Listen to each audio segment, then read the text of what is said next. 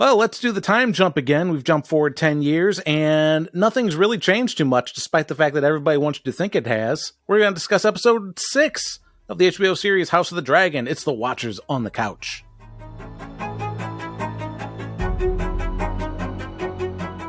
Welcome back to Watchers on the Couch. Today we are breaking down episode 6 of the HBO hit series House of the Dragon, The Princess and the Queen. If you were wondering if there's any special meaning behind the title of this week's episode, there is. There is a princess and a queen in this episode. Mm-hmm.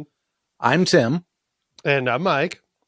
Oh, man. If so, as our show usually goes, we start off with our initial thoughts to give you a sense of how we're feeling going into the episode. We get into our recap and discussion of the show, where Mike and I make a bunch of inappropriate jokes to make each other laugh, hopefully make some of you laugh at home. But if you don't laugh, hey, I don't know why you're listening, but that's on you.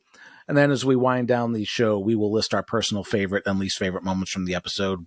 We open the mailbag. If there is any mail, there is no mail, I don't think. The mail was not delivered today. And then we've been doing an analysis of the preview for next week's episode, which will be in its own separate upload later. That seemed to work well last week. I like doing it. We've got some Watchers on the Couch podcast news that we're going to get into at the end of the show, so stick around if you're interested in hearing some stuff about that pertaining to our YouTube and stuff. But yeah, getting into The Princess and the Queen. Initial thoughts, Mike. What did you think of this week's episode? Thought it was a pretty good episode. Did you? I thoroughly enjoyed it, really. I thought it was a little long. There's a couple parts a little drawn out. There was a few parts I thought they should have spent just slightly more time on, because it was just a little bit confusing. One part towards the end, and I'm like, well, what's going on here? But no, it was pretty good. Okay. What about you? Well, Mike, I hate to say it. This, I think the show's starting to lose me. Uh-oh. Yeah.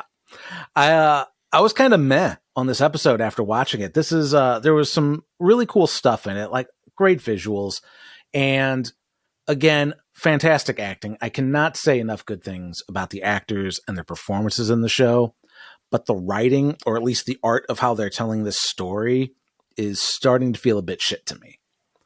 And then, I watched the behind the scenes stuff that runs after the show, and that turned my minor annoyances into actual anger. And I've been sitting on that for a while, at least a day and a half. I'll save the majority of that rant until the post recap. But so I only watched the short behind the scenes one, because there's like a episode kind of recap, and then there's like a one that is all about the production of the show. Okay, yeah. This I don't know if they're the same length, the separate ones. I watched just whatever they show at the end of this episode, and it pissed me off. It was, I think we're getting into some of the same issues I had with the past season of Westworld. Mm-hmm. And I don't know if were you talking about how they explain things? Yes. Yes. Yes. Yep, I noticed that too. I think I just kind of let some of it go more than Westworld, because Westworld, the show itself, was so much worse. There's so much less entertainment to me. And it's supposed to be. I was kind of like, okay. But I did notice that. I did kind of feel that way when I watched that. And it's another one of those things where with Westworld, it's a show that wants you to look closely at stuff to pick up on things. And then you're like, wait a minute, what the fuck? And I was like, oh, don't worry about that. But this, it's just, I don't know. It's like I think there's more of a lot of lazy writing in exchange for, did you notice this Easter egg shit in it? And it's like, no, I didn't. I'm trying to engage with the story. Can you do that, please? I don't know. They definitely need to take more time on certain characters and their motivations or what is happening, because there were certain things that were said, like, oh, Damon's doing this because of this, and I'm like, well, you're not showing me that, and you're not telling me that in the story either way. Why do I have to know behind the scenes? But I kind of blow it off, and just like, I don't know. I don't really like watching the behind the scenes stuff that much, because I don't, it's kind of upsetting. You know? Yeah, you're definitely right and you're being upset about the behind the scenes stuff because it's annoying. I mean, sometimes like it hasn't really bothered me too much until this episode. Is there's like so much left unsaid, and they cut stuff out of this episode that was important. I saw that on Twitter. And yeah, I did see like a hugging scene. Yeah, they majorly cut, and they said they cut it for time. It's like, this was no. Fuck you, dude. It's an hour and 5 minutes. You can't make it an hour and it's HBO. 6. It doesn't fucking matter how long it is. Yeah. Like, everybody pretty much streams it, and even if they don't, like, but you have to cut out fucking a couple of these parts. I'm like, you could have cut that out and made that. Right. Know. Like when the kid's going down to the dragon pit. That could have been long. shorter. The Aegon scene could have been 4 strokes and done. And oh my God. Best part of the episode. Right where fucking Tommen jumped out the fucking window. I remember watching that scene in Game of Thrones and yelling at my TV, going, fucking do it already. Oh, man. The seed is strong, Mike. Yep. It's yeah, before we get into it, though, there is something because I was still kind of initial thoughts, I guess, is that something I'm kind of missing is some of the humor. There's not as much humor in this. There's no humor. Game of Thrones had a ton of humor, but it did have some.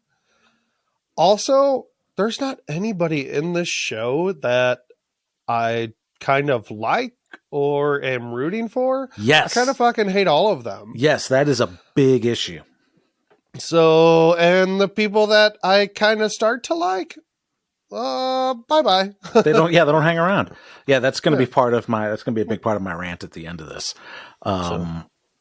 Yeah, there's no, like, the last bit of humor we had was tapestries. He's not interested in that. Yeah. That's the limit of. There's some random farts. It's like, who wrote this? Who wrote this show? Us? What if he farts here? Onyx petals. All right, so let's get into our recap of episode 6, The Princess and the Frog. Princess and the Queen. She's wearing green, so it's not easy being green. It sounds like a frog's coming out of her. And I don't remember that sound. I have a kid, and I was there. I don't remember all these juicy sounds the whole time. But, okay. No, kids have juicy sounds. Yeah. Trust me. So we open up on Rhaenyra's bedchamber. She's having a baby. And no sooner is the baby out than some servant says the queen wants to see the baby right away. So right out of the gate, we know Alicent's done a full heel turn. They're not even trying to fucking hide it at this point. It's like, what a load of crap this is. Mm-hmm. So Rhaenyra gets dressed. They like clamp off the umbilical cord, and it's like, off she goes. She's the afterbirth hits like on her way out. And it's like, this is fun. So the other thing that I realized with this, a lot of us, like, we knew the time jump was coming because we, like, even though we don't try to spoil this ourselves on the show ahead of time, we knew enough to know that the cast members change at some point. Some people might not know that. So all of a sudden, this sudden change has to be jarring for them. Like, how do they keep up? Because there's some people, they just watch the show when it's on. They don't know that there's going to be a 10-year time jump and we're going to swap out the actors. It's like, holy shit. Like, yeah, that didn't even cross my mind. I didn't even think about that. Dude, if somebody I would be like, what the fuck? What the fuck am I watching? Yeah, if you don't watch the what's coming up on the next episode, or you don't like check IMDb or like any Twitter or promo photos, then you have no idea the context behind this 10-year jump, and you're not going to figure it out like right away the way this is set up. because we're going to see Laenor in a little bit. So right now we've swapped out Rhaenyra and Laenor's actors for older versions. And it's like, holy shit. Mm-hmm. But anyway, Laenor meets her in the hallway to congratulate her. And he's like, hey, what's going on? And he finds out the queen wants to see the baby. He's like, what? Right now? That's absurd. And it's like, yeah, buddy, that's what's happening. So, hey, come on. So Ray and Laenor seem at least to be sort of buddy-buddy still in this marriage, because they're not like, oh, fuck you. So 10 years, that's a good run. And they get to Queen Alicent, and she's like, well, before that, this isn't in my notes, but they stop somebody like on the stairs. I don't know these characters' name, but somebody's like, let me be the first to congratulate you, or among the first to congratulate you. And he's with his wife, and his wife is just going like, what the fuck is that? Like, she's got a look that says volumes. She's like looking up and down. It's like, this is fucking nuts. So I wrote that down. That's Lord Caswell. And Rhaenyra's like, no, I don't need anything now, but you may be of service one day. We're for sure going to see him, like, again. Like, you don't just pass on, you don't just write a line like that without that, coming into play later in this game. So, not in Game of Thrones. That's definitely a Westworld thing where they would say that and then never revisit it. And Laenor, what a fucking dipshit, all right? Like, and I actually really like this guy. I really do. Like, he seems like such a nice guy, so super sweet and stuff, but he is a little bit of a dum-dum. At least what he says after, a woman has a baby, like, oh, was it painful? Or like, he's like, well, I got stabbed in the shoulder once. I mean, whoa, dude. It's not about you. And yep. Yeah, the look she gives him is amazing. I can't wait for the memes of that. There's going to be so many of those. Yeah. So they get to Queen Alicent, and she's like, Rhaenyra, you shouldn't be here. You should be resting so I can throw your baby out the window. That's what I thought. I'm like, oh, so I could accidentally, let me see the baby. Oh, whoops. Whoops, where did these stairs come from? Yeah. Because at some point, like Alicent's there, because at some point I'm going to have one of your babies killed. Like, and that's not a spoiler. I haven't read the books. I literally have no idea what's going to happen. But I've been visiting Westeros. Oh, dude, it's going to be this one. They named it Joffrey. I mean, come on. Fucking, we know what happened to Joffrey in Game of Thrones. We know what had just happened to Joffrey. Like, was it last episode? Yeah. Like, yeah. It's not going to end well. We've been visiting Westeros long enough to know that some of these kids are going to be killed awfully before they reach adulthood. Dude, Crispy is going to give that kid a fucking moon punch to the face. Yeah. All right? I hope all of Rhaenyra's kids fucking lure him down into the sewers and fucking stab him to death. He can't. Crispy Cole cannot die soon enough for me. I know. He'll probably last till the very last episode. He's going to be maybe even next season. Yeah. Oh, fuck. Speaking of people that are probably still going to be around next season. Yeah. Speaking of people that are still going to be around next season, in comes Viserys, looking decrepit as fuck. He's still alive, everyone. And guess what? Motherfucker didn't die in this episode either. Like, he's been dying since the show started. 16 years. People died from people with bad teeth died faster than that back then. Like, any fever could have been your last. If he makes it to the end of the season, Mike, I'm going to lose my goddamn mind. He lost an arm. He doesn't have his whole left arm. That's still doing pretty good considering it's been 10 years. Yeah. He's been rotting away for 16 years. Oh. Man, but he's like, look at you, what a baby. Oh, yes, you poop your little pants just like your grandfather. I think my grandson has his father's nose. And everyone in that room who is not the king, even the rat on the mantelpiece, like, they all start looking at each other. It's like, fucking, yeah, his father's nose. And then Alicent is like, well, keep trying, Laenor. Eventually you'll get one that looks like you. I was like, what are you talking about? Well, this kid has dark hair and you have white hair. She has white hair. These kids aren't all white. This whole fucking thing about black hair and white hair is like, I find it very silly, especially when like Damon's kids, they don't look anything like him, at least skin color wise. So like, yep. And Alicent's fucking kids, they don't look like her. You know what I mean? Mm-hmm. So they're all fucking blonde head, pale people. They don't have, none of them have dark hair. I don't know. It's silly. Well, and like, I guess just, so I would say, it's only the males, you know, that in Game of Thrones, like the males, you know, that has the strong genes. The male seed is strong. It's not with Daemon apparently, unless that's not actually Daemon's kids. Unless it only applies to hair color. Oh fuck. Yeah, which is still kind of stupid. Yeah. Like that's not really how genes work. No, but that's fine if it's in this fantasy world and that's the way it is.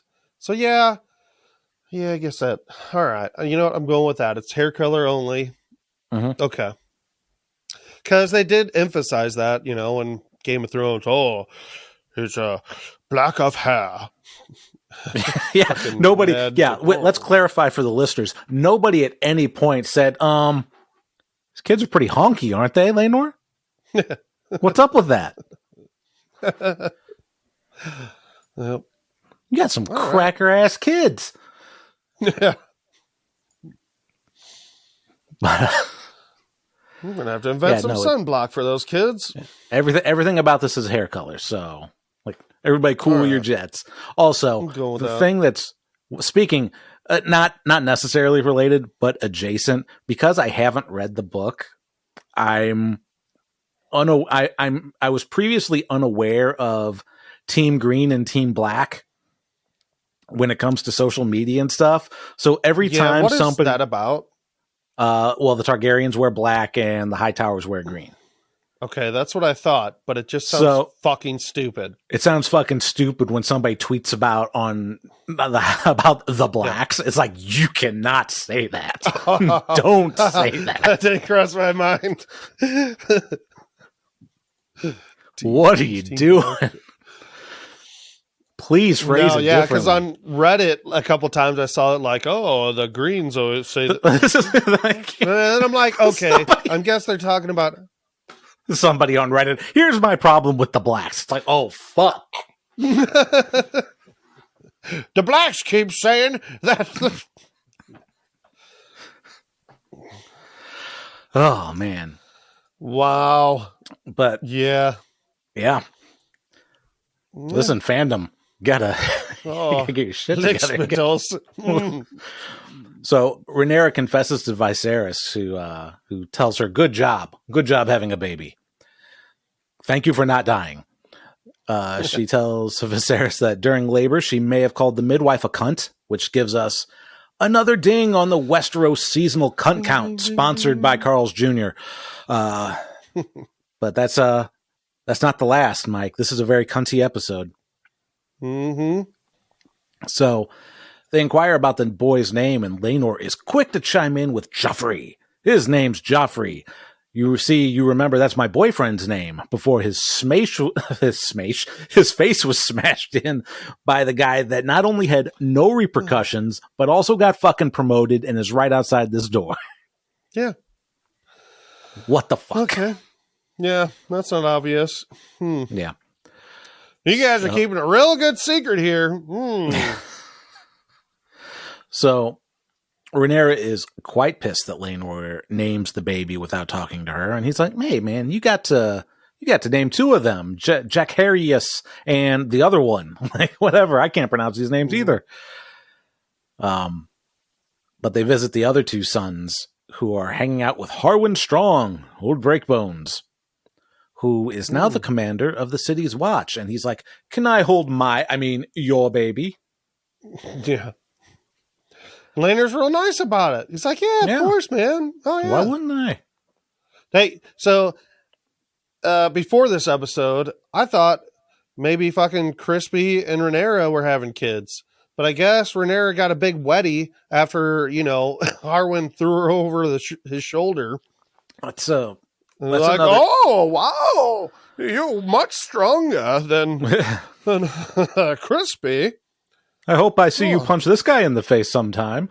Yes, why don't you punch me in my cunt? That's the other problem. Babies. That's the other problem with this time jump is like, okay, so suddenly they're hooked up. That's fine, I guess. But like, there's nothing to hint at that other than the fact that, he picked her up out of the wedding last episode. Right. Same with fucking... Maybe Rhaenyra's a whore and maybe they aren't even fucking Harwin's kids. We'll find out later. Like, Crispy is just playing a game. The love games? And they're actually still together. Do you love me? Are you playing your love games with me? You ever drink Baileys? You ever drink Baileys from a gauntlet? You ever drink Baileys from my milky tits? So we cut to the next scene. I think it's the next scene. I don't remember what order all the scenes go in, and I've shifted some things around for narrative purposes. But the kids are in the dragon pit, and this is where we get to see Aegon and Aemond. Aegon the Second. I should probably preface that, but we're assuming it's the only living Aegon at the moment. Mm-hmm. There's Aegon, Aemon, and Jace and Luke are in there. And this scene, Jace is this is How You Train Your Dragon, Jace edition. So I forgot the name. I didn't write the name of the dragon down. And honestly, it's Vermax. Vermax, that's right. And he gets it to roast a goat, and that's pretty cool. So we were wondering, like, is that another dragon? Is that a person? Nope, it's just a goat. Mm-hmm. Yep. Hey, why don't those kids know how to speak High Valyrian? I guess nobody's teaching them. Not talking to them and teaching them this? What a fucking bad mother. Yeah.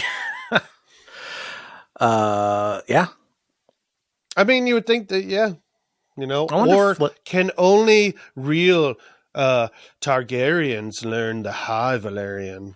I'm curious whether dumb Strongs, they can't. I'm wondering if the Valyrians speak High Valyrian. Yeah. Do the Valyrians are the trainers? No. Sorry. The family, the Valyrians, do they speak High Valyrian? Right. I know if I was British or something, that would be two different pronunciations, but here in the States, it's the same, it's different spellings of the same fucking word. The Valyrians speak Valerian. Yeah. So I don't know, but we find out that Aemond hasn't bonded a dragon yet. But that's okay, because the three boys found one for him, and they trot out a pig dressed as a dragon.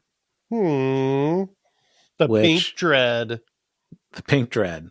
And hopefully we see more of the Pink Dread. I mean, I like seeing all these different dragons and all their different personalities. So I think the Pink Dread will come into play some point in the That'd be Civil awesome War. If that fucking pig could shoot fire out its mouth. Or just if he can actually outmaneuver a dragon and we actually see somebody riding on him. Fucking go for it. Yep. We need comedy in this show. So Aemon gets pissed off, and he creeps down to where the dragons stay. And the creeping kid. Ooh, creepy kid. He also looks like he's like the next King Doofy, I think. This is a doofy looking twat. Kid. He is a twat. And he almost gets roasted alive, so he runs off like a craven. Was that Cyrax that was in there? Fine, oh man, Mike. I can't tell these. See, I don't know either. So all dragons look alike to me. All of them look like to me, except for Daemon's dragon, just because it's so different. It's gold, isn't it? Especially because it really likes to swoosh its little tail in the water. It's like, I like swooshing my tail in the water. You want swooshies? So old Aemond gets delivered back to Allison, all beat up looking. And Allison is hanging out with their daughter, Helena. Yeah, and I don't remember them actually even saying her name in this episode, did they? Oh, yeah, they do when Rhaenyra proposes marriage. Oh, okay. Yeah, because I was confused about who the fuck this girl was. That girl is the one that I guess it's her daughter. The girl is the one that Allison's bouncing in front of the window, all concerned, while in the last episode, or maybe it was the episode before that. Whenever they're proposing the marriage, yeah. Okay, because she's the middle child, Aemond is the youngest. Okay. All right. Yeah, and she's looking at some fucking bugs. Like, she's a weirdo. Well, I guess she's not a weirdo, but I mean, it's just odd. Just seems odd. She's odd. Yeah.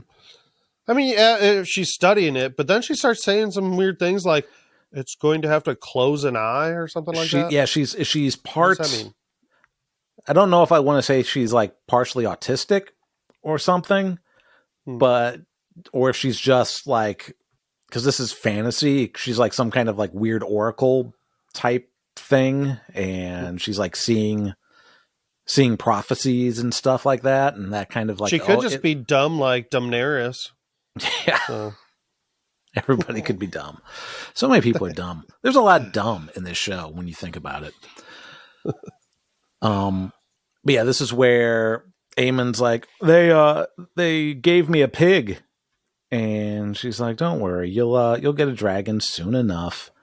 And son, when life hands you pigs, make bacon. Yeah. And yeah, Helena, whatever her name is, says that he's going to have to close an eye to get a dragon. So there's some foreshadowing, I think. Is that what she was saying? She was talking like about them. Like, I don't know.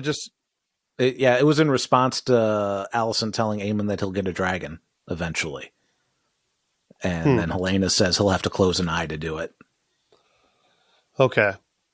Because I thought she was talking about that's like or millipede's eyes or whatever.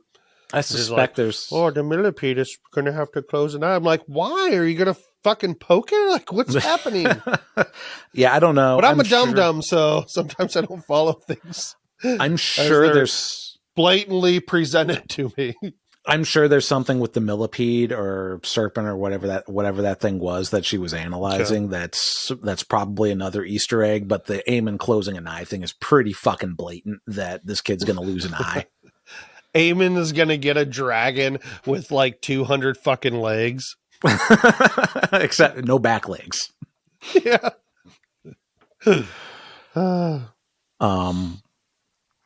So Allison goes, she finds out about all this. She goes to Viserys and she blames it all on Rhea's kids when it wasn't. And Viserys is like, savages. Yeah.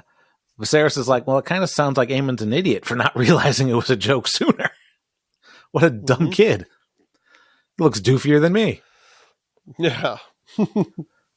So then Allison starts implying the parentage of Rhaenyra's children, and Viserys is like, I had a horse once, and it was a black horse, and it fucked a white horse.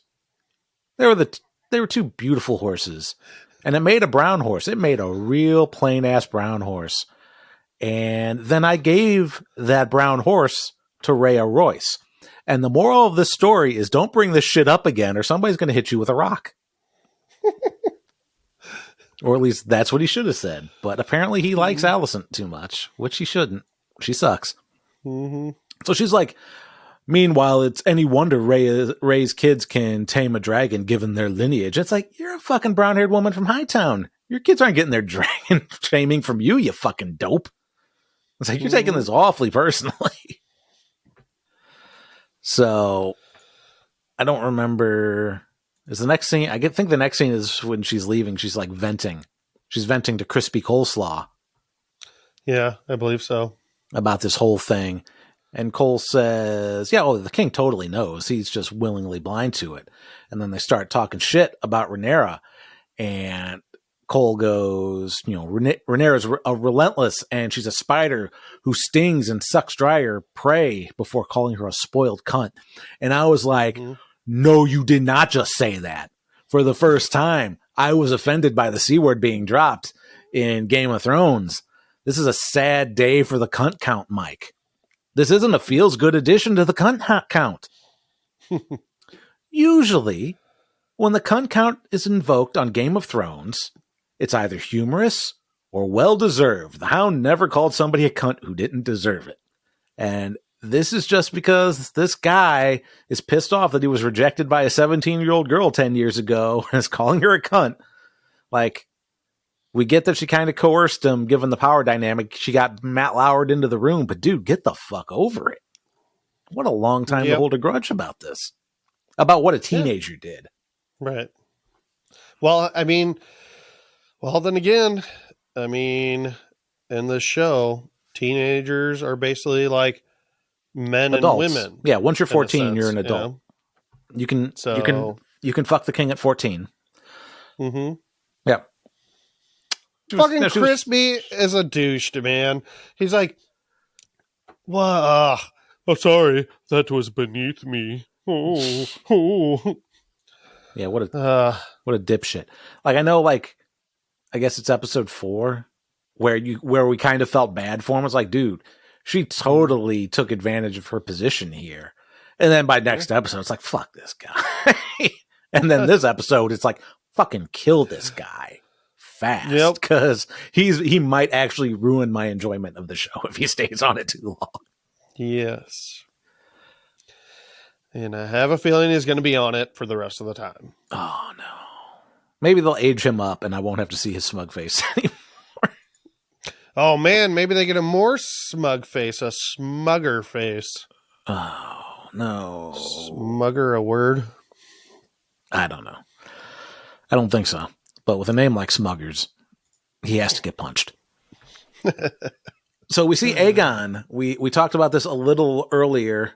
We see Aegon standing in the window Tommen will be standing on in 200 years. And he's like, okay, if you can drop a penny from the top of the Empire State Building and kill a person, let's see how strong this seed is. He'll get himself the old hand of the king. Yep. So. Oh no, mommy. Yeah. In walks Allison, which is totally rude. God damn it, every time I come in here, you're fucking jerking your dick in the window. What the fuck is wrong with you? Why can't you just do it normally in your fucking bed? Shit, you're almost a man. You can fuck people. Why are you jerking it? Every time. You know how many times I got to get people to clean that stuff up down there?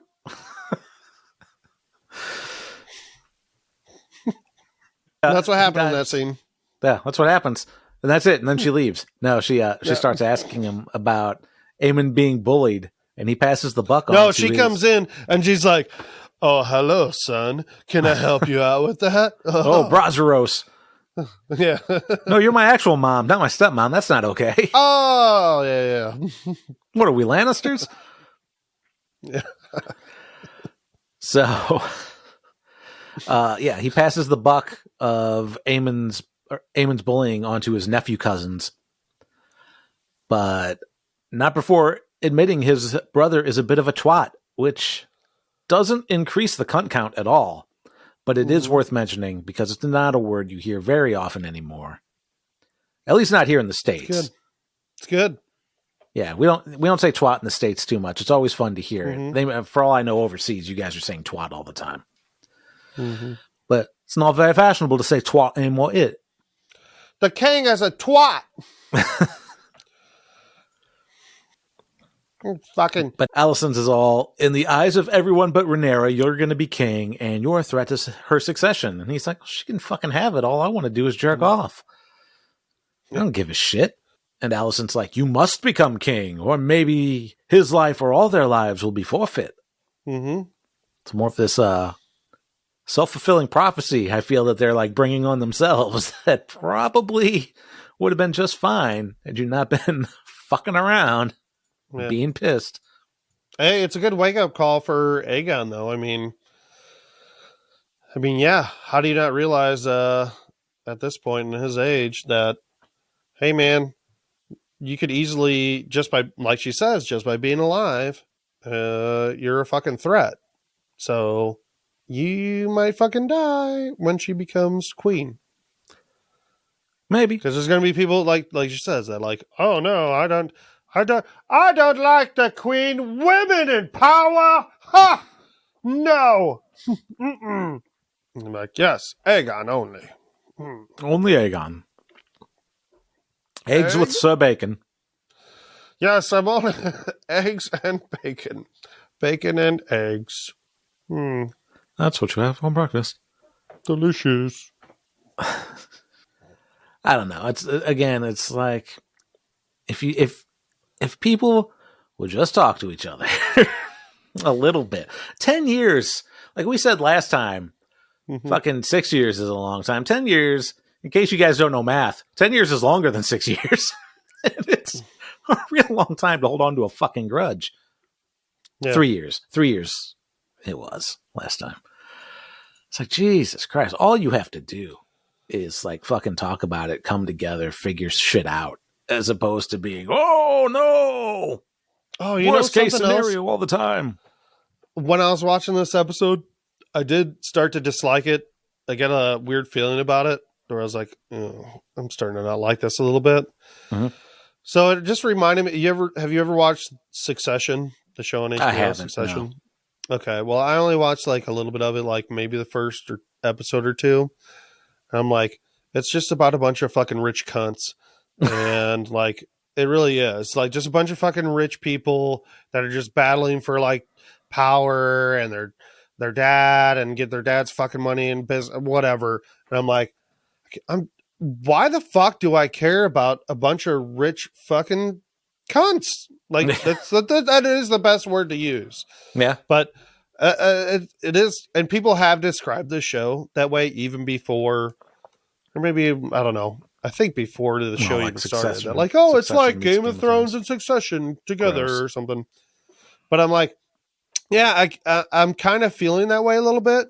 Like a bunch of rich people, like just battling for this power. Like, I don't know, like almost in a childish like way. In a sense, like meanwhile, with no characters to actually empathize with or be invested in, because they're all so morally gray. You can't really get behind anybody.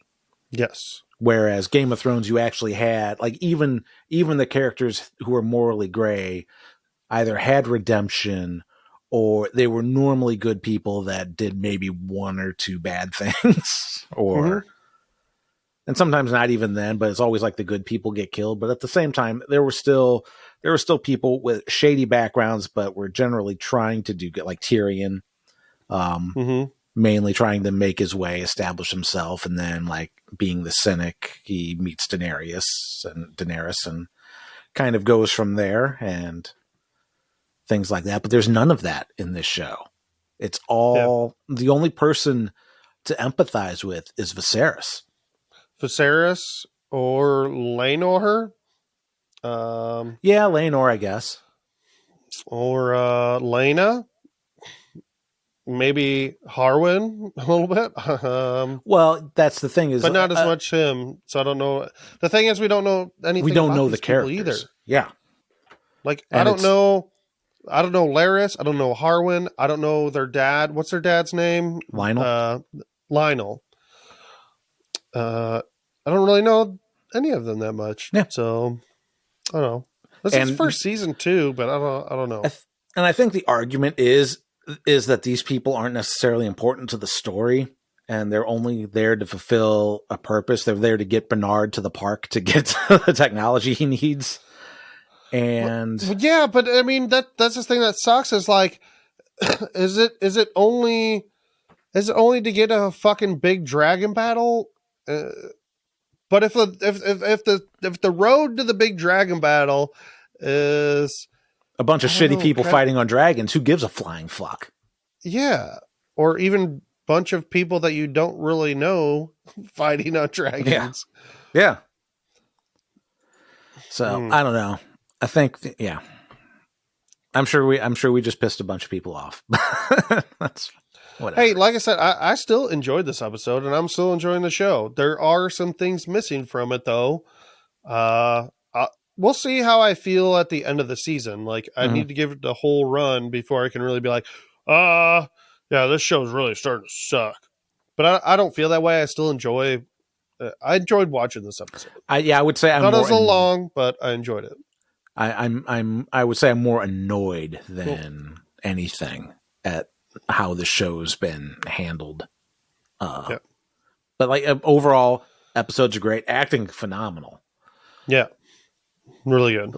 But it's like there's no, I have no emotional investment in this show. Like if I stopped watching it, I would be fine. I wouldn't miss it because there's nothing to attach me to any of these characters. Ooh, I wish you didn't say that.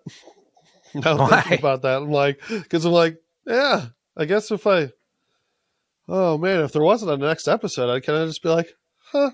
That's kind of how, that's what happened with Walking Dead. I just stopped watching it, and I was like, I don't need to watch this anymore. No, I don't really fully feel that way. No, I would be bummed out. I really would. Yeah. But not like crazy bummed out, but yeah. I would be pretty disappointed if there wasn't a next episode. Are you looking for a D&D podcast with a dark side? Something more like Game of Thrones and less like Monty Python? Tale of the Manticore is part dark fantasy audio drama, part solo D&D RPG. There's no plot armor here. The dice make all the important decisions. Join me as I resurrect the excitement, wonder, and emotion of old-school D&D. Made for a mature audience, Tale of the Manticore is both a fiction and a game. It's the story where chaos rolls. So now we're out in the sparring yard where Kristen Cole is training the Targaryen and Valyrian kids, but he's focusing more on Aegon and Aemond, and Harwin Strong calls him out on it. So Cole's like, fine. And he has Aegon and Aemond face off against Jace and Luke. And Harwin's like, by the way, Luke, I am your father. Doesn't say that. But I'm surprised we haven't seen more memes of that. You guys need to get on the meme game, because that's a good meme. You can have that one for free. So, yeah, Aegon's kind of beating the shit out of Jace because he's way bigger. And Crispy's like, punch him in the dick. Yeah. Use your feet. Hit him. Make him smell him. Don't let him get back up. So Arwen's like, what the fuck, dude? Like teaching him to fight dishonorably? Well, there's no honor in fighting. It's like, dude, you're all about honor. Like the reason you're fucking pissed off is because of your fucking honor, you dumb cunt. But whatever. So yeah, yeah.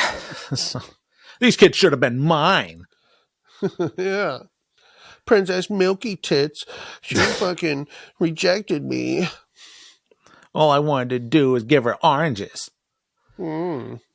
So, man, I really wish I could have some more milk of her poppies. And now I refer to them as the blacks, and that's really problematic.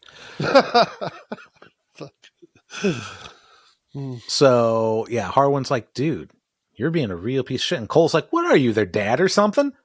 And Harwin fucking clobbers Cole a bit.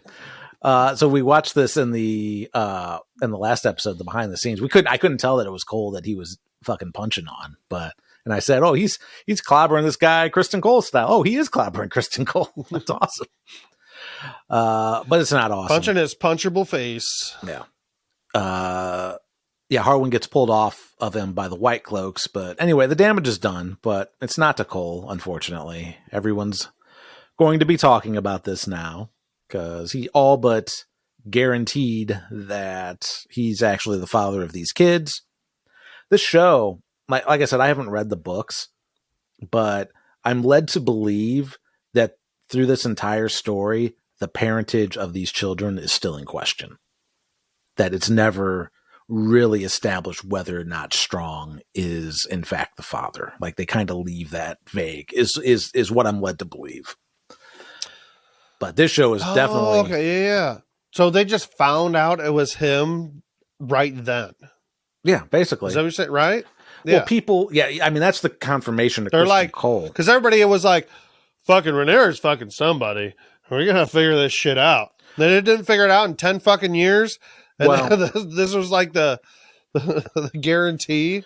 Well, no, some people knew or suspected, but like this is going to be an event that's talked about by everybody. Like that's going to be word that gets around, and that's like they've solidified that rumor for people who have suspected it. Okay, and now more people are going to be aware of this.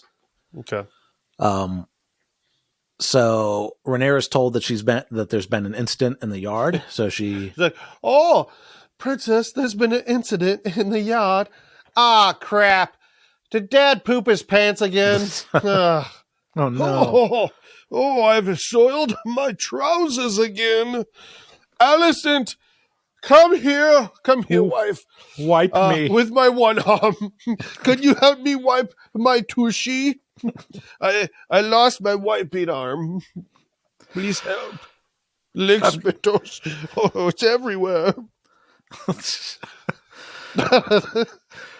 Hello, Green. Let me introduce you to Brown. So Rhaenyra goes, "Oh, wait, it's actually green. Something must be wrong with my insides. I am calling your banners to war."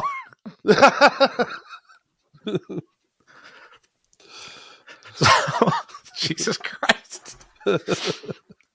So Rhaenyra goes to visit Harwin, but Lionel is there, so she listens in. "She's dropping Eve, sir."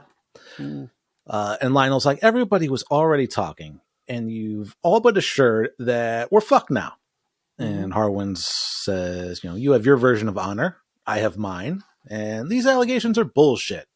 I'm called Break Bones, my dude. Like, what did you think was going to happen when this twat started running his mouth?" Yeah. I break bones. Lionel's like, "Harwin, you have no honor." Oh, yeah. Doggy. So Rhaenyra is back in her room, and in stumbles an intoxicated Laenor with his friend, Carl. So I like Carl because it's the only name I can pronounce. Coral. Just like Walking Dead. Can we? We'll stop watching you because we don't care what happens to you. But he said, what did he mean when he said he fell down? Do you know? He like walked in and he's like, "Oh, I fell down." He's just kind of disheveled a bit, I think. Oh. And he's like drunk and silly. He's not like I fell on this guy's dick, so I decided to bring him home. If that's what you're thinking. He's like, "Oh, my butt's really bleeding again." Remember the scene when like they were walking back with the baby, and then Laenor looks back and there's that trail of blood. That was actually from his butt. That's like, Coral really gave it to me good. I took Coral's lance to my blood. Rhaenyra's like, "I'm the only one bleeding." It's like, "Actually, you should check my underpants. Oh, Coral gave it to me good. Really tore me up last night. Oh. He's hung like a Podrick Payne, I hear. He didn't use enough lick spittles. Oh, no. On my behind." So, yeah, Laenor stumbles in. He's like, "Hey, did you hear the news? Stepstones is fucked again. We might be going to war. I'm so happy to be on a ship and killing people and getting the fuck out of here." And she's like, "Haven't you heard the news? We're in some deep shit here. You can't go now." And Laenor's like, "Hey, I did my part in this marriage for the last 10 years. I'm owed something." She's like, "You get nothing. You lose. Good day, sir." She goes, "You've been drinking and carousing this whole time. And fucking all the boys in the yard. Going with all the lusty boys, and now you're going to swallow seawater and who knows what else." And no, you and me and like your wife and your children need their real father, in quotes. So she orders him as princess that he can't go off and fight. So he's like, "Womp womp. Womp womp. Don't worry, Laenor. I got the feeling a fight's coming soon enough. We get all the lances." I like how when Laner walked in, he started talking about her boobs. He's like, "Oh yeah, with the milk and mix some breast milk." And he's like, "Oh shit, sorry." She's like, "You see the nursing?" It's like he's mansplaining to Carl about how tits work. Yeah, they get blocked, you see, and it can be really bad. Mm-hmm. So we're going to jump to the small council. If you're wondering, I have not forgotten any of the Daemon stuff. We're going to get to the Daemon stuff here shortly. We'll do the Daemon stuff all at once.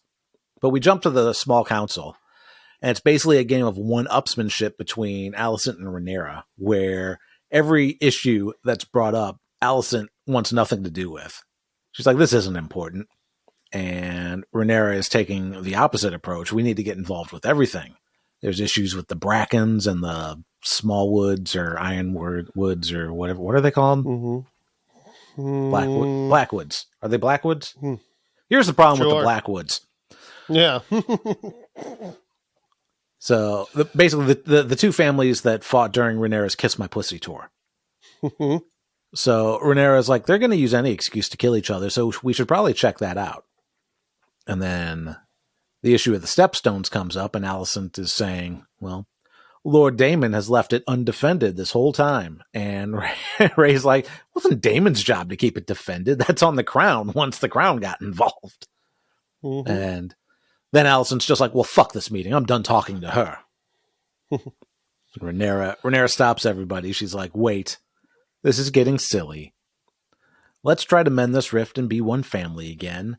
I propose a marriage. My eldest son can marry your prophecy daughter, and then there's no need for this nastiness anymore. And like Viserys is like, yes, that's a good idea. Aunts should marry nephews, but uncles should not marry nieces. But Alicent's having none of this. She takes the tactful approach and says that she'll think about it. But then the meeting is adjourned. But when she and the king are returning to the king's chambers, she's like, she's doing this because she's desperate, because everybody now knows her kids are illegitimate. And Viserys is like, this is getting stupid. And it's a good proposition. Why not marry the two kids and be done with all of this? And Alicent responds that the king can do as he wants when she's dead in the ground. So fucking fingers crossed, right? Like, I'm tired of this shit too. I'm like, all right, I guess Viserys is just going to kill her. Here's hoping he won't, but yeah. Every episode. That whole court didn't end because, like, it ended because of fucking her tits are leaking. Oh yeah. Like, I watched that and I'm like, who the fuck cares? Like, I don't know. Like, it just didn't seem like it was like, I don't know. Well, how is that a fucking big deal? This is why women aren't allowed on the small council, because their tits leak everywhere. What? Jason Lannister, what are you doing here? Whatever. I don't know. I just like, there's some dumb shit in the show. Oh, you should be ashamed of yourself. Oh, you and your bodily functions. At least my son has the decency to masturbate in a window alone. You should have milked those tits out the window. Next episode, hopefully. Yeah. But yeah. So do you want some milk for your moon tea? Mm-hmm. Give you some milk for your moon tea. We still don't know if she ever drank that. I know. I think it'd be hilarious if Jace ended up being fucking what's his face's Kristen Cole's. Yeah. It's like that would fuck a lot of shit up. Yeah, it would. So Lionel visits the king. Yeah. Oh, hey, hold on. But like, to be honest, like I somewhat understand Alicent not wanting them to marry, because in this time, like, of course I don't want my daughter to marry a bastard. You know, like, that's a really big deal. Like, bastards are cast out, and you know, but so it's understandable. But fuck her anyway. I don't know. But yeah, at the same time, it's like, you got to be able to fucking prove it, man. Well, you don't. I guess that's the other thing that we have to consider about this fucking show. Nobody needs proof of everything. It's mob rule. But I also don't understand what does she want in the end? You know what I mean? Like, I don't know. I guess she wants her sons to be king. I don't know. This is the only thing that I can gather from this is everything that's in her head is because Otto put it there. Like, Otto's the one that told her that Rhaenyra's going to be a disaster. There's going to be war. And in order to secure her claim, she's going to have to kill her kids. She's going to have to kill Alicent's kids. Daddy says it was so. Yeah. Daddy told me. I listened to Daddy. Daddy told me to fuck the king. I fucked the king. Yeah. All right. Meanwhile, she should have been drinking moon tea if she didn't want to fucking have all those kids. Mm. Anyway. Let's see, where was I? Oh, Lionel visits the king and tells him he wants to resign. I'm going to resign my post. And the king's like, you've been the only dude, probably in the history of the Seven Kingdoms, that isn't a self-serving dick, and you want to leave. I want a raise. Give me more money. And I want paid vacation. It's something I just learned about. It's a great resignation, I hear. It's a new thing they're doing. Yeah. They're doing it over in Essos. Yeah, they also have what's called a weekend. Weekenderos. They've got something called a union. It's like a brotherhood, kinda. But with representation. And if I have to work at night, I want to get paid more. Mm-hmm. Yeah, Night's Watch. Night's Watch gets paid a lot of money. It's night all the time up there, it is. But and hazard pay too. Alicent is watching everything like a hawk, and she's like, "Oh, Sir Lionel, tell us plainly why you want to resign." I just told you. Money. Money. But Strong's not going to get any details beyond what happened with Cole, especially not with her there. So Viserys says, then, well, no, then you can't resign. What happened in the courtyard was unfortunate, but Harwin's been removed from the City Watch. That's I think that's punishment enough for punching this guy in the face who murdered somebody a few years ago at my daughter's wedding. And is now promoted to the sworn protector of my wife for some fucking reason. Don't get any of that, but whatever. So instead, Lionel asks for leave to take Harwin back to Harrenhal and get situated as the Lord of the House. Mm-hmm. So, but that's not the end of the Strongs in this episode. We find out that Alicent is having secret dinners with Larys Strong, who's a real fucking creep. Hello, Alicent. Oh, I'm Larry, Lord Larry. Lord Larry. So he's like, oh, normally I know the gossip, but I think this time you're the one to spill the tea. Or however they say. I don't know what the fucking lines were. I didn't write it down, but that's the gist. So she fills him in on the gossip about his family and how Lionel wanted to resign. And the king said no. He's like, oh, my father is a very honorable man. And, yeah, I can see why he would want to do that. So the motivation for this was definitely like beyond me watching this. And that did annoy me and watching the shit after the episode. Mm-hmm. And I was like, wait, that was it? That was it. Like, because she was like, I wish Daddy were here. Yeah. So she basically says that Strong needs to step down his hand to the king because he isn't impartial anymore. And she wishes her daddy was here. And Larys is like, well, we all know your father wasn't impartial either. And she goes, well, at least he'd be partial to me. Meh. Yeah. And he'd give me his partial. Yeah. So Larys goes down to the dungeons to talk to some people that are sentenced to die tomorrow. And he says that he can grant them some mercy in exchange for a little bit of sacrifice. And then we see one of them willingly get their tongue cut out. So that's fun. That's a good time. These fucking people can still write. Yeah. Couldn't they just write shit down like, yes, I think it's killed them. It's probably safe to assume, given this is modeled after medieval times, that most people can't read or write. I can only write an X, Your Grace. Yeah. Like, can't you actually talk probably enough to understand without a tongue? I need to look this up. I need to Google people without tongues speaking. Can you? But it'll probably be some fucking religious thing. It'll be people speaking in tongues. We had a when I was in Catholic grade school, we had a janitor who didn't have a tongue, and it was very hard to understand him. He barely talked at all. Right? I mean, you could tell. I mean, if I was older make than it out. 7, I could probably figure something out. But I mean, a little kid probably couldn't. Right. Meanwhile, you could just be, "Hey, how'd you get out?" Point to the guy. It's like, "It's this guy with the bees."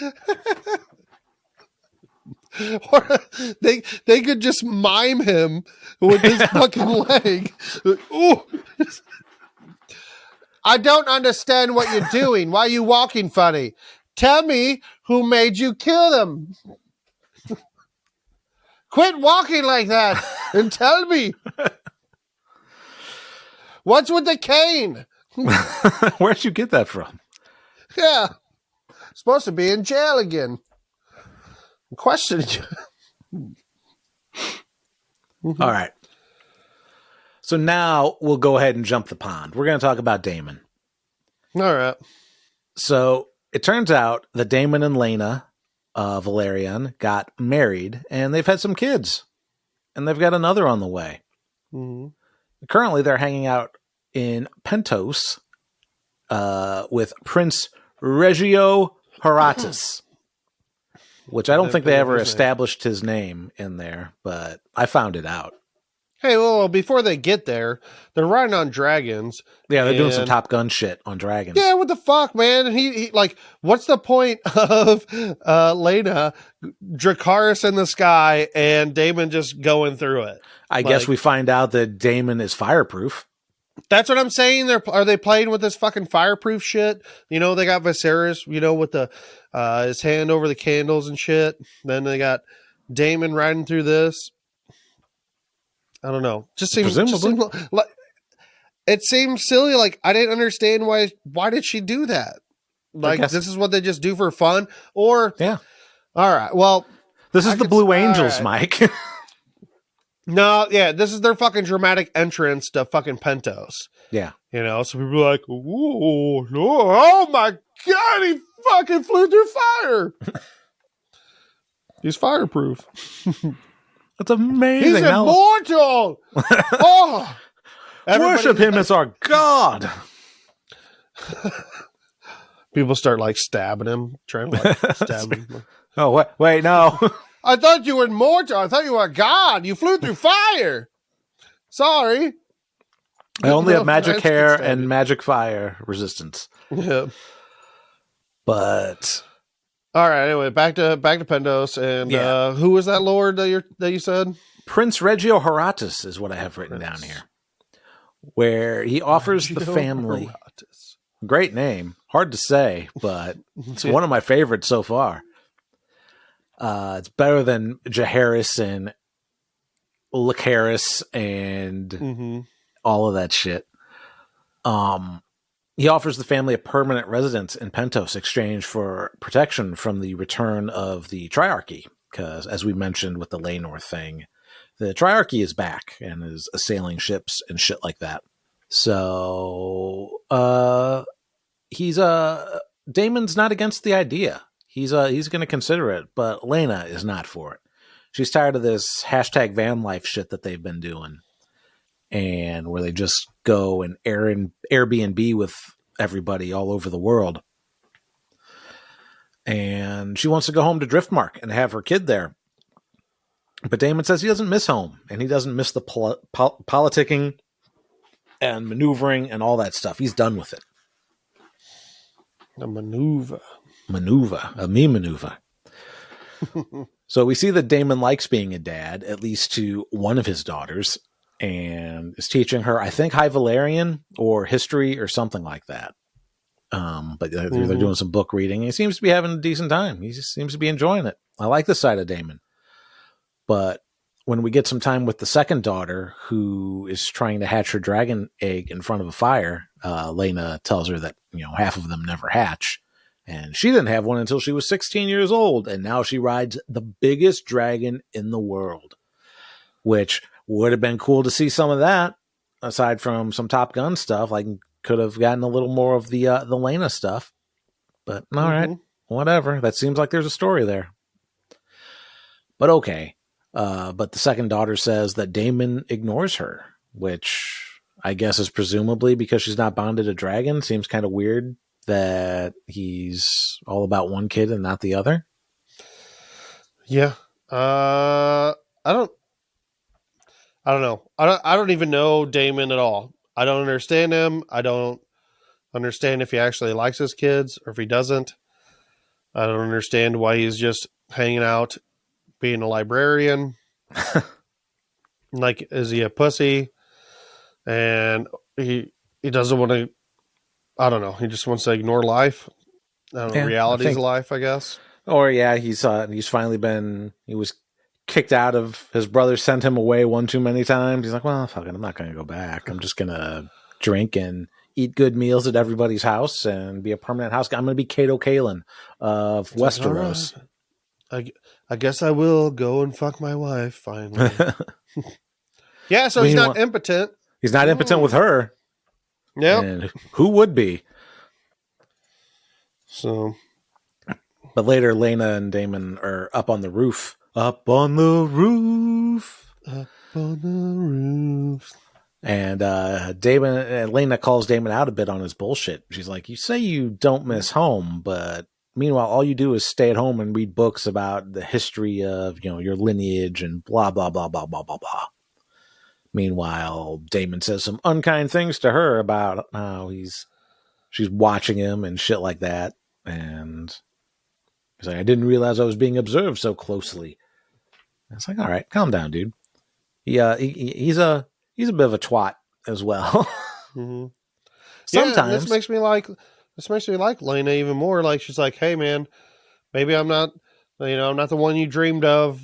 But I've come to peace with it. And hey man, you're better than this. Like, she fucking is all like super sweet. She seems like a great mom. She's like, great. Sacrificing her own, self-interest and her happiness to fucking be with Damon and make something happen with their him and the family. Like, make the best of it.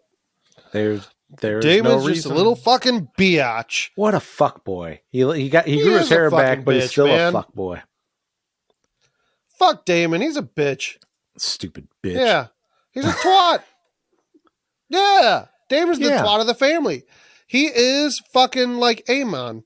We're just rewatching it. The kids, are the same. It's just it's circle of life. And it rules us all. Oh, no. No. So, then... Oh, yeah, that's pretty much it for that scene. And then we come back to them a little later in the episode. And Lena's already in labor. And it's all babies all the time in the show. As we find out, that's the entire point of this show. And it's not going well. Women. It's not going well at all. The baby's not coming out. No, the guy's like, oh, I tried, me lord, but I've reached and done as all as I could. I tried punching her in the stomach, didn't work. I tried yelling at her to fucking push, but the dumb broad won't. I tried giving her like the Heimlich maneuver, to give her a maneuver. The maneuver did not work. She's gonna die unless we cut it out. I tried to dangle a bottle of milk in front of it to see if I could coax the baby out, but it's not moving. I tried to even dangle my own teat at the vagina. Yeah, it wouldn't come out. Then I don't know what my accent is. Yeah, that's definitely the wrong accent, I think, but that's all right.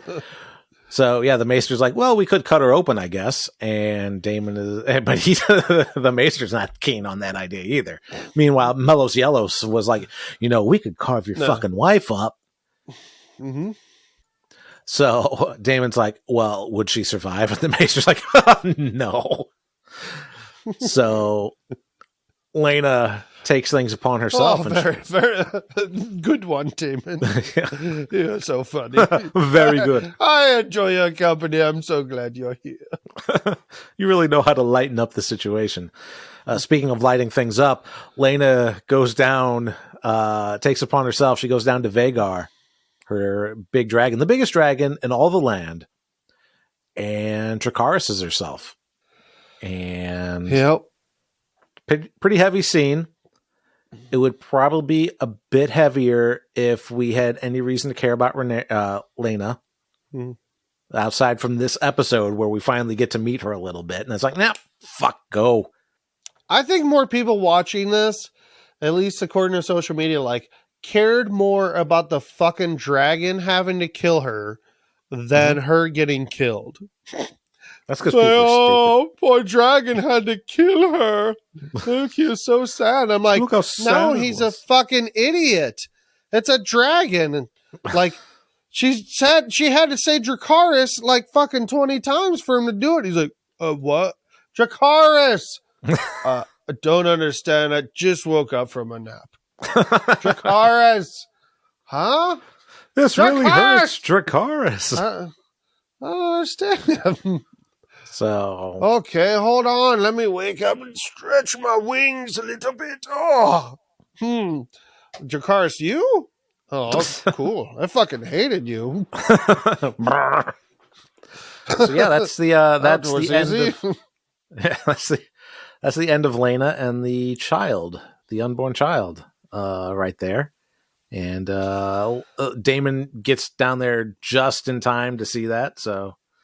Sucks for him. I mean, his face is kind of impartial, but I didn't get the feeling. It was actually sad to watch her die, and it was. And then Damon, I guess we got a little bit of I guess he did actually care about her. So I don't know.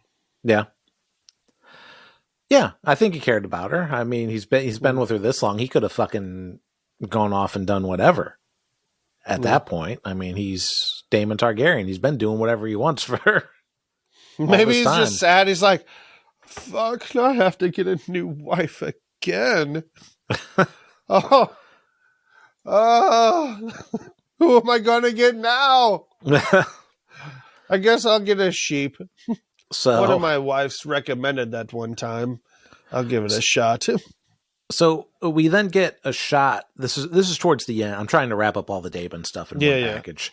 So towards the end of the episode, when there's the montage of sadness, essentially, is we see Daemon with his kids up on that same roof, up on the roof, and he just kind of walks off, leaving them up there. And there was. So I download all the promotional photos when they come out, and there's stuff that we don't see in this episode that they had promotional photos for. And one of which is him sitting on that roof talking to his daughters. And then Game of Thrones official Twitter tweets out a picture. It's like cut footage of him holding his daughters in that scene. And it's like, that changes the context of this completely. Yeah. It's like in this, he just kind of fucks off and leaves his kids there. Whereas this, where otherwise we were led to believe that he actually gives a shit about his kids to a certain extent. Yeah. And then, it's completely different. Completely. Yeah. So. It's like, sorry, kids. Deal with your shit. Yeah. Your shit ain't my shit. I'm going to find a new mommy. Yep. So find a new mommy. Don't be fucking her. And all you people are now with the stepmoms. So yeah, that's stepstones. Fuck my life. So we go back to King's Landing, and Harwin is saying goodbye to Rhaenyra and the kids. And this is another very emotional scene, or it would be more emotional if we had time to get to know any characters. And he's like, I'm going to be a stranger when we meet again, to the baby Joffrey. So it seems really clear that Harwin is in fact the father. So Harwin and Rhaenyra have been lying this whole time, which makes sense because it's dangerous, but it also shows that Rhaenyra really hasn't developed that much, despite what the behind the scenes tell us. Like every fucking episode, it's like, well, this is a real pivotal moment for Rhaenyra and really changes her and shapes her and being the person. She's fucking off and like for years doing what she wants to do until she gets caught. Yeah. But then Jace is starting to put the pieces together. He's like, wait a minute. Is that my real dad? Am I a bastard? And Ray totally dodges it. Ray totally dodges it. It's like, oh, you're a Targaryen. That's all that matters. She's like, yes, you're a bastard. Now go to your room, you little bastard. Dad is not here anymore. Don't give me any trouble. So I want to learn Valerian from you, Mommy. No, you little bastard. So Ray comes to the conclusion that she's in a losing battle if she stays here at King's Landing. So she's decided she's going to peace out. She gathers her kids. She gathers Laenor. She tells Laenor that he can bring Carl because they're going to need all the sword arms they can get because she sees the writing on the wall. So they're headed off to Dragonstone. Mm-hmm. He's like, you can bring Cole. You can bring Carl. Carl Cole. We need as many sword swallowers as we can get. I mean, swords. S words. Yeah. That is nice of Rhaenyra. It is. I Good guess. for her. Yeah. Meanwhile. Wow. So we're gonna pop over to Harrenhal. Pat on the back. We're gonna go to Harrenhal. The Strongs are on the road, Lionel and Harwin, and we see that the convicts Larys released are following them. They're on the road. And then we flash forward. We see Lionel in bed that night, and he starts to cough in his sleep when he gets woken up by Harwin pounding on the door, shouting that he's gonna burn. There's a fire going on, Mike. This is one of the things I talked about at the very beginning of this, is that I don't understand what the floor layout is. A little bit, yes. And like, yes, give me a little bit of a scene. When they cut right to it, I'm like, what the fuck is happening?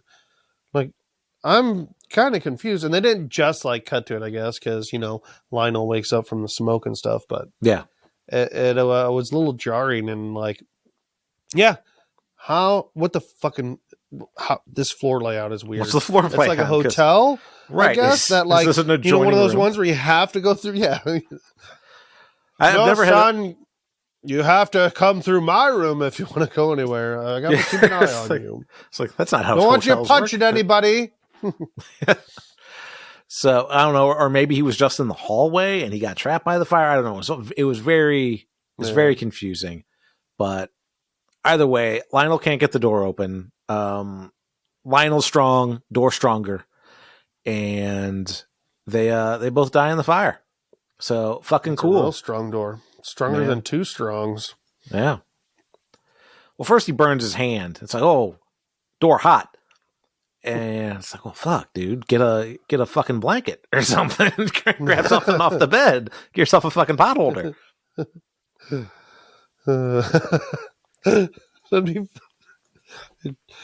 The door would open if he just grabbed something and was able to turn the knob. Yeah, the door's not locked. So she just couldn't turn the knob.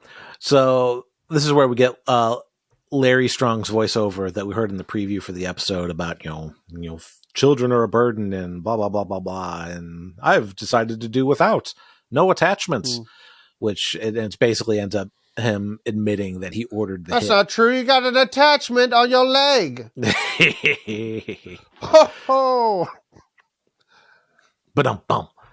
So he's basically, he admits to Allison that he ordered the hit, and he's like, so I assume you'll write to your daddy now and get him up here.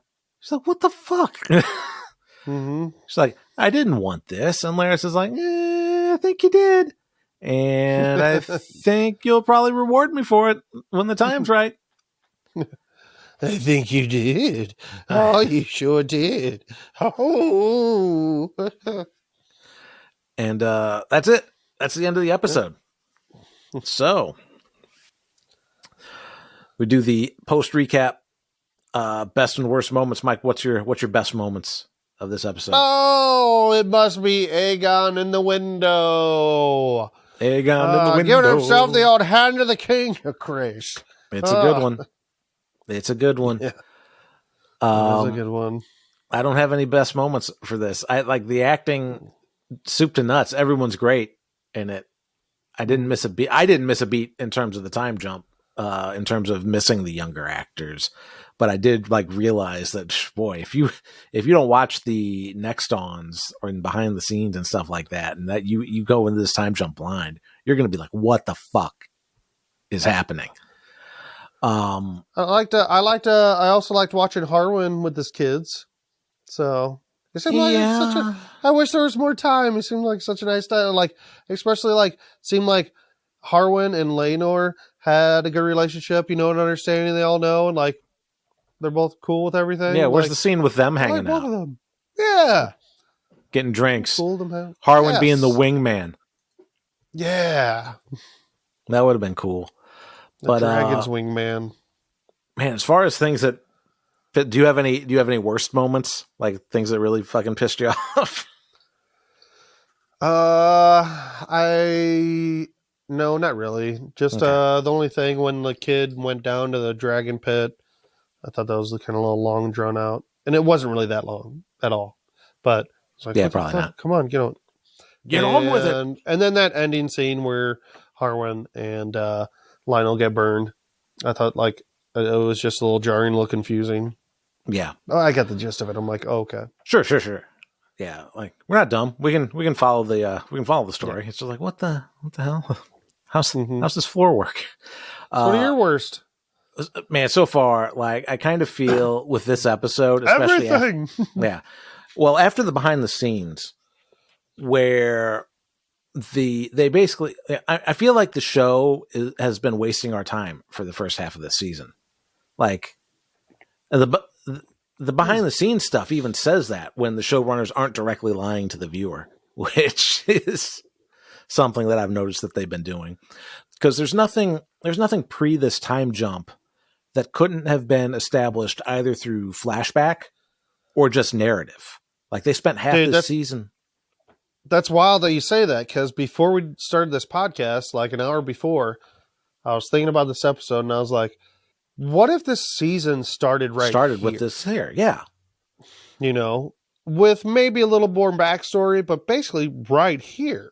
Mm-hmm. I'm like, would that have been okay? And I'm like, it would have. Yeah, probably would have. Would have been fine. Because especially if you're not somebody who follows every little thing about this show, you're coming into this blind. This is they've rebooted the show halfway through. This is a new start. Yeah. So yeah, they basically spent half the season setting us up for this back half of the season, which is just the prologue to the Civil War that we all know is coming next season. So it's you have whichever showrunner it was being like, well, we're being introduced to the kids who ultimately the show was about. And it's like, well, then you should have started the show with this episode. You didn't need 5 episodes of prologue where a lot of the shit already happens off screen or in between the time jumps. Mm-hmm. So, and you introduce an interesting character. And I say introduce because this episode is really our introduction to both Harwin and Laena. Because across the 6 hours of runtime that we've had in this season so far, each of these characters have had less than 15 minutes of screen time. Mm-hmm. And most of that is in this episode. So, I don't know. I get that Harwin and Laena's deaths are important to the story, but if you're going to make the deaths dramatic, then they should have done a better job at making us care about it, because you have, like, take Game of Thrones, Ned Stark's beheading, things like the Red Wedding, these big dramatic deaths, they matter in Game of Thrones because you're invested in the character. But there's but we talked about this a little earlier. There's a complete lack of investment on the viewer's behalf for Harwin Strong and Lena Valerian. Yeah. Aside from, I mean, shit, like I said, people probably cared more about the dragon having to kill her. Well, there are people who are on social media. It's like, oh, they're gone too soon and blah, blah, blah. It's like, yeah, they were. And it's like, oh, this was so sad. It's like, it wasn't that sad because there was no reason to care that much. Unless you were just super empathetic to fictional characters. But even then, like the rat drinking Joffrey's blood puddle got more attention last episode than either Harwin or Lena got leading up to this episode. The rat was back. It didn't die. Joffrey has it's up there on the shelf, you know, because Viserys is looking at it while he's kissing his ring. My older wife. So, yeah, I mean, we don't know anything about Harwin or Lena until this episode, just in time to have them killed off. So it's like, fuck. It's like, okay. Like, I like, because Lena's death happens first, and it's like, she's like, Dracarys, and then they breathe fire on her. And I'm like, okay. And then they fucking set the Strongs on fire. I'm just like, okay. Everyone is going to die of fire.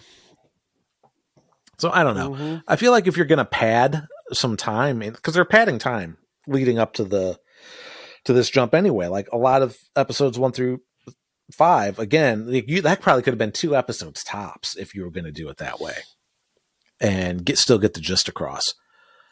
So, like, you could have had an episode on the war in the Stepstones. You could have given to give us time with more young Laenor as a soldier in that war. You could have padded the results of last episode and explained the absolute injustice of Cole still having a fucking head.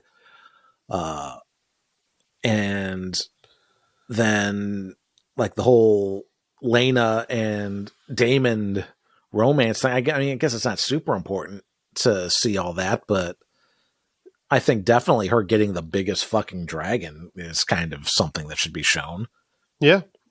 Also, by the end of this episode, when Rhaenyra's piecing out to Dragonstone because shit's getting bad, she should have just said, oh, by the way, Crispy Cole fucked me when I was 17 and he beat Joffrey to death because he was upset I was getting married. Because that would have just really fucked shit up. Yeah. I was like, yeah, try to explain that, Crispy and Allison. The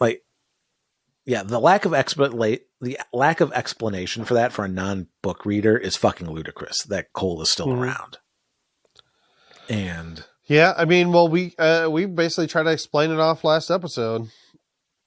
Just that, like, oh well, he could have said that person was threatening the queen or, threatening the king. Sure. Could have made shit up. So could have. It would have been that easy. And if anybody still had a problem with it, well, Queen Alicent was like, no, you're going to be my personal guard. Yeah. And she's the queen. So she can make those decisions, I guess. And I don't think Viserys would really fucking give a shit. He's fairly passive at a lot of things. Yeah. I don't know. Not in such a bad way, because he really is trying to keep shit together, and everybody around him just is like, fuck, man. Like, it's like, can't we all just get along? So here's what's happened off screen in between that time. You've got Harwin and Rhae are fucking and had 3 kids. Daemon and Lena got married, had 2 kids, and with a third on the way. Crispin Cole got promoted for fucking murdering somebody. Okay, let's go. It's like, whoa. Like, wait a minute. So, like, I kind of feel like one of 2 things should have happened. Like, they should have either started the series with this episode and just kind of filled it, let the viewer, because the viewer already has to do the work of figuring out the shit that happened off screen. They're already like explaining that, and we're piecing it together. Fucking piece together the whole prologue then. Who gives a shit? Or they just do the whole season with the younger actors, make a slightly shorter season, and save the time jump for season 2, when it would make logical sense from a TV series standpoint. Instead, we're racing to episode 6, and it's like, well, if you have to race, then is it even necessary? Like, you could have found a way to impart that information to the viewer over the course of the show then. So, I don't know. Yeah. Or we could have started, I don't know, or maybe, I don't know. Yeah, there's a lot that really, I guess, doesn't matter that much in the first, 4 episodes. Yeah, not really. It's man, I don't introducing know. us to... I'll have to think about that a little more. It's introducing us to characters, but at the same time, Game of Thrones introduced us to characters while shit was happening. Like, it wasn't all set up for these characters. Like, fucking Bran gets thrown out the window right in the fucking first episode. Yep. Like, we get the gist of all the characters right away. And then this is a slow burn. It's a real slow burn, this show. Yeah, it is. Maybe they could have started right at the wedding and then expanded on the development beyond that, like with Harwin and Rhaenyra and Crispy and Allison. I don't know. That probably would have been even that they don't felt need. The same way about that. That was probably slightly unnecessary. I don't fucking know. But either way, no matter what they did, what the fact of the matter is we're getting a Westworld scenario where it's like, okay, that stuff happened, but why is it like this? And then it's being answered in the behind the scenes stuff or the official fucking House of the Dragon podcast. It's like, well, fuck you then. Like, tell the story or don't fucking make everybody do homework. Yeah. This was the other thing that pissed me off. Like, there's been 3 behind the scenes things at the end of this show where they talk about young Rhaenyra being changed after such and such, like the boar thing, the play in Flea Bottom, and it's all been bullshit. Like, we found out real quick she's the same Rhaenyra doing whatever the fuck she wants to do, and thinking she gets away with it. It's not until even this Rhaenyra. It's not until after her secret gets found out that she's like, oh, my consequences of actions. Guess we better go. So it's like. All these other takes, like on social media, it's like, these characters you really see how much these characters have grown in the past 10 years. It's like, no one's grown. No one's developed.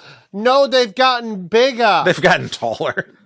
Yeah, they've grown so much.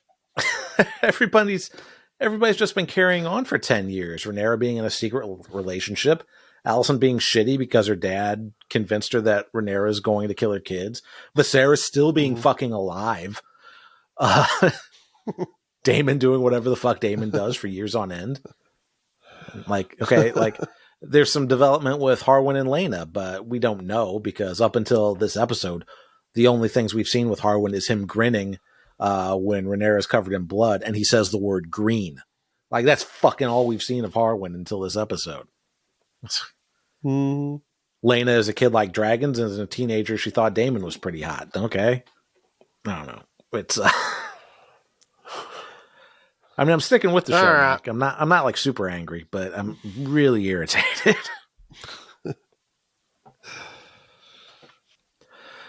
Mike, who's the Hall of Stupid Faces for this week? Oh, I think maybe Aegon. Yeah. Okay. Yeah. Something about his face. He does have a stupid face. Yeah. What about, I don't know. Who else? I mean, I was going to nominate Kristen Cole for being a dumb fucking incel. Oh, for sure. Yeah, he's probably number 1. I feel like Kristen Cole, like, he's one of these guys that has Jordan Peterson's book 12 Rules for Life on his bookshelf with the cover facing out so everybody knows he's a Jordan Peterson fan. But he doesn't actually apply any of the rules to his own life. He just uses it to point the finger at other people he doesn't like. And then other people are like, yeah, fuck those people. And they all circle jerk themselves in the comment section of YouTube videos about why Game of Thrones and Lord of the Rings shouldn't have black people on it. Kristen Cole's like a walking YouTube comment section. And not our fans in the comment section. You guys are all right. But you know exactly the kinds of people I'm talking about. So I think Kristen Cole for Hall of Stupid Faces this week. Yep. Kristen Cole, make Westeros great again. None of these bastards Let's see. So we're going to do... So we got a little bit of Watchers on the Couch news to close out the show. So we surpassed 100 subscribers on YouTube this past week. So thanks so much to everyone, both podcast listener and viewer alike. You like us. You really like... Well, some of you really like us. But to celebrate 100 subs, I'm going to do a behind-the-scenes video on what it takes to put together an episode of Watchers on the Couch. I know we make it seem like we just kind of sit here in front of a microphone and don't put any thought or effort into the show, but that's the illusion. It actually takes a lot of time. Illusion, Michael. Yeah. So going into our next episode, our coverage for episode 7, I'll be doing an overview of the making of Watchers on the Couch, which I should hopefully have edited and out before we wrap our coverage of House of the Dragon, but that gives me like 3 weeks to get a video out. Also, the other thing, our entire Watchers on the Couch back catalog is coming to our YouTube channel over the next few months. We started the show back in 2015. Mike, it's been a long time. I went back and saw some early video bonus episodes when I still had all the color in my beard. It made me feel bad. It made me feel real old. Yeah. But yeah, our first season, Tim, your pod daddy here had a full red beard. And now it is almost completely white. It'll be white by the time season 2 of House of the Dragon starts. I will probably be completely gray by then. But yeah, I probably was like 50 pounds lighter too. Oh yeah, that's the thing I was thinking about. I was thinking about shaving my beard off so I could look younger, because I look closer to my the beard makes me look way older. And it's like, man, I just really don't like the way I look without facial hair. And also, I never lost my my pandemic weight, so I've got a little bit of an extra chin going here that the beard's hiding. So much. Oh, look at the lick spittles. Oh, lick spittles. Tommy likey. Tommy my wingies. So yeah, we have a lot of episodes that were audio only, and we only kind of dabbled with video for a couple, like the last 2 seasons of Game of Thrones, 1 season of These American Gods. So I'm making all those audiograms and starting to push them out on the YouTube starting soon. So if you are a YouTube subscriber, strap in. Hopefully I don't blow up your notifications. I shouldn't. I think there's a button to click so you don't get your bell notified and your subscription feed blown up. But you're getting everything. You're getting Game of Thrones season 5 and 6, 7 and 8 are already up there as videos. Westworld season 2 and 3, Mike's coverage of Better Call Saul season. I don't know, Mike, what season was that? I didn't watch Better Call Saul. I think we did 4. Better Call Saul season 4, which was great. I listened to it. I don't watch Better Call Saul, but I still enjoyed the podcast that Mike and Jimmy did. Hey, I didn't watch Doctor Who, but I really enjoyed you and Sarah. Yeah. I listened when you guys covered Doctor Who. And then Chris and Debbie's Castle Rock seasons 1 and 2. And I know Chris keeps messaging me. He's desperately trying to get a new episode of his Stephen King stuff with Debbie. It's just a scheduling conflict because people have lives and kids. So yeah, that's it. I mean, all of Watchers on the Couch, along with any goofy bonus episodes, that's just us shooting the breeze. You can have it all, baby. But that's going to do it for this episode. Until next week, I'm Tim. And I'm Mike. And now our watch is ended. Don't get your dick chopped off. Yeah, and don't get your face smashed. And thanks. We're past 100. That's awesome. Past 100. Thanks for listening. Thanks for watching. Yeah, do a better job of hiding who you're having an affair with. Until next time. Hey, if you made it this far into the show, let me just say thanks. It means a lot that you take the time to listen to us goof around, and we'd love to hear from you and let us know how we're doing. Consider leaving us a review on Apple Podcasts, Podchaser, or wherever you leave your podcast reviews, and reach out on any of our various social media channels. Links in the description.